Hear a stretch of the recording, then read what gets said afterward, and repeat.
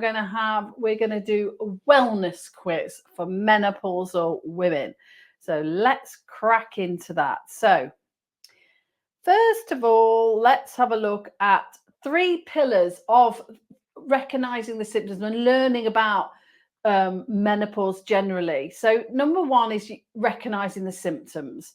So we talk a lot about what symptoms you've got, how you're feeling with them. And it's quite important, even in the postmenopausal years, which this quiz is about, that we can still know that we've got some kind of symptoms. And symptoms, what are symptoms?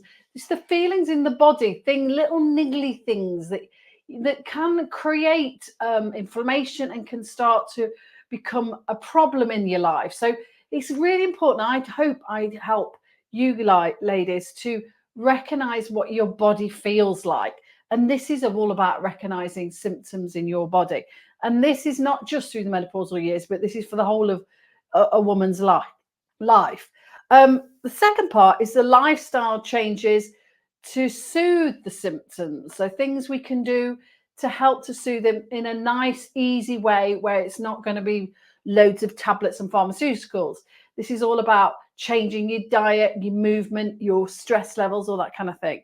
And then the third part is the lifestyle changes to increase longevity in the postmenopausal years. So these are proactive things that you can do so that we can ward against those diseases creating too early in our lives. I mean, come on, we're going to have to die of something, of course, but let's make that as long away as possible, and let's make that bit short as possible. Well, we can't really rely on that, but anyway, here we go.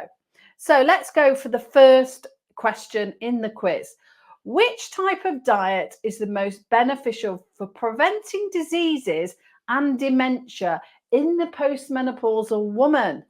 So in the comments, write A, B, C, or D for the answer to that question.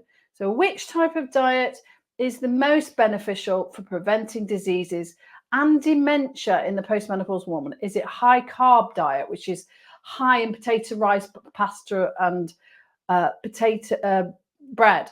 Or is it a Mediterranean diet, which is full of colour, lots and lots of vegetables, fruit and protein and healthy fats?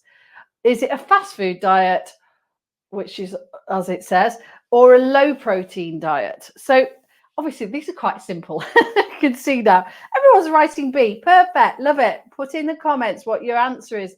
And yes, of course, it is the Mediterranean diet. You guys know all this, though, don't you? You know it already. You're helping me with this because I'm going to be doing a corporate talk about with this quiz as well, and they won't know as much. Now, what I do see in my years of helping ladies is that a lot of ladies who want to lose weight in the menopausal years, which often is where the first port of call I see them is because they put on belly fat and they're getting all a bit panicky, is they start to diet and don't eat enough protein. And so they are on a low protein diet and all they're eating is, I don't know, it's this kind of 80s dieting style, isn't it? Where you just eat little, but you generally eat more carbs than you really should. So low protein diet is one of those that we see a lot of, and that is not good for us. We want good quality protein, vegetables, salad, fruit, healthy fats, which is the Mediterranean diet. So number 2, how often should a postmenopausal woman engage in physical exercise to maintain overall health? Now let's just define what physical exercise is. So this is walking, this is strength training, this is stretching and mobilizing, and it is a little bit of cardio. Yeah. So what do we think? What's the answer to this question? Is it A, once a week, B, 2 to 3 times a week? Is it C, 4 to 5 times a week? Or is it D, daily? What do we think? C, question mark. I like that, Natalie, because there is a bit question marky this one. I agree with you. But if we're including walking in this, I would say 4 to 5 times a week, definitely. So walking, you know, many people do that daily, but 4 to 5 times a week is optimal. And then in that C/D, yes, 4 to 5 times a week. If you think about, I might change the wording of this one because it is a bit ambiguous. So yeah, if we think about, we will do strength training 3 times a week if possible, and then we want to do walking, and then we want to do some kind of stress releasing stuff, so yoga or Pilates twice a week, then we are looking at 4 to 5 times a week. Yes, optimal. Now, which cognitive activity is recommended to help prevent dementia? Is it watching TV? Is it playing video games? Is it dancing? Or is it listening to music? Which of those things are recommended to help prevent? And there are actually studies to show that this has actually helped people who've got dementia or prevent it, definitely. It will keep the neuros firing. So what are we? A, B, C, or D on that one? Everyone's writing C. Lovely. Yes, it's C. So obviously watching TV isn't greatly, I mean, it is stimulating, but not, they haven't done studies on it. Playing video games, no. Dancing, yes. Now dancing is because your brain has to talk to your body. And this is what I teach all the time, especially if we do our cardio, like aerobic fitness kind of classes where there is choreography and you have to think, watch me, hear what I'm saying, and then put it into your own body. That part is the bit where the neurons are really firing up, and it's really helping to stimulate areas of the brain where dementia can stop that happening. Now, one of the things, I'm actually going to change the name of this because one of the things people think really helps the brain is to do Sudoku and word games and crosswords and things like that. Now, whilst that is good, it hasn't been shown to help prevent dementia. Okay, so they've done studies on that, and it isn't definitive that that actually helps. I mean, do it. Obviously, I like playing games on my phone. You know, it really just soothes my mind. It might not help with dementia, but it soothes my mind. So happy days. If crosswords and Sudoku do that for you, do it. But it hasn't been shown through studies that actually does help. So that's a little thing that we've learnt on the way, and it's not exactly true. So dancing is the way forward, or some kind of coordinated footwork. Which type of exercise is most recommended in the postmenopausal years? Is it A, HIIT, high intensity interval training? Is it B, walking and light jogging? Is it C, yoga and Pilates? Is it D, weightlifting? Or is it all of the above? E. Which one is it? A, B, C, or D, or E on that one?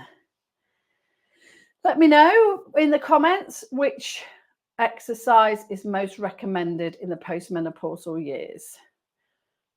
Have a look at that. So it is E, which is all of the above. All of those things are recommended in short bouts. But one of the things I will caveat there is that we need to have the rest as well to combat any of those things. Okay, so a rest day would be, you know, resting, actually resting. Okay, just doing not much. Not doing exercise, probably not even going for a walk. Okay, so E is the correct answer. It is all of the above, but I do want to add in there that you do need rest days, because I feel like we're in the world of let's do, and what about just be. We need that very much so in the menopausal years so that we combat the stress. So exercise, any kind of all of those exercises are stress in your body. It makes stress in the tissues, the body, and therefore in the mind, and vice versa. And it can be too much for some people. So we have to start where we're at. Okay, so if you're already someone who's doing loads of walking, brilliant, tick. If you're already doing yoga and Pilates, tick. Maybe you need to add a little bit of weightlifting though, but not too much. You know, chill out. And that high intensity HIIT I would say definitely only once a week. Only once a week for the HIIT, because it can be too much for our bodies. So yeah, E is the correct answer there. What is the key social activity that can help maintain mental health in the postmenopausal years? Is it isolating oneself? Is it attending social gatherings and staying connected with friends? Is it avoiding social interactions? Or D, is it staying home alone? Which of those things, which one maintains mental health? So again, this is studies are very clear on this one, and it is the number one thing that helps longevity. They've done lots of studies in the UK, in the US, of people that got to 100, and they did lots of studies on them to say why, how come you've got to 100? What is your trick? And it is B, attending social gatherings and staying connected with friends, interacting, listening to others, being interested, being interesting, having something to say. This is where lockdown was an absolute terrible thing for many older people, and definitely, well, Greg's mum definitely went downhill in that time. So very much, I very much have a social battery I have to listen to, though. Totally agree with you, Natalie. I'm the same. I am an introvert, even though you think I'm probably not. I'm totally introvert, which means if you'll know if you're an introvert or an extrovert in what actually charges up your batteries. Is it being with people or being just now we don't use the word isolating, we call solitude. Now solitude is a good word, it's a positive word. It's finding some time just for you to just be and recharge your batteries, and then off we go again. So I'm very much the same, Natalie, very, very much. It's great, really good that you know yourself. That's a really big part of this. So attending, and sometimes I have to push myself to go to social gatherings, if I'm honest. But once I go, I realize that also charges it. It's a balance, isn't it? Everything's a balance in your mind, in your body. Everything is on that, looking for that, that synergy, if you like. And the next question is, how can mindfulness practice such as meditation and deep breathing benefit the postmenopausal years? A, improves your sleep quality. B, decreases anxiety and depression. C, decrease energy levels. D, causes weight gain. So I think that last one was A and B. So A, B, C, D, E is the answer is A and B. So which one is that? Why? How can mindfulness? So let's think about meditation. This doesn't have to be sitting there going. This could be walking outside in nature, looking around you, finding the present moment, looking around all the colours and the things, trying to find that time just to be. Again, deep breathing. Obviously, you could do that whilst you're walking, listening into the breath, but also in the middle of the night. If you wake up, this is a really good way to do it. So yes, it's E, it improves your sleep quality and decreases anxiety and depression. So hope you enjoyed that.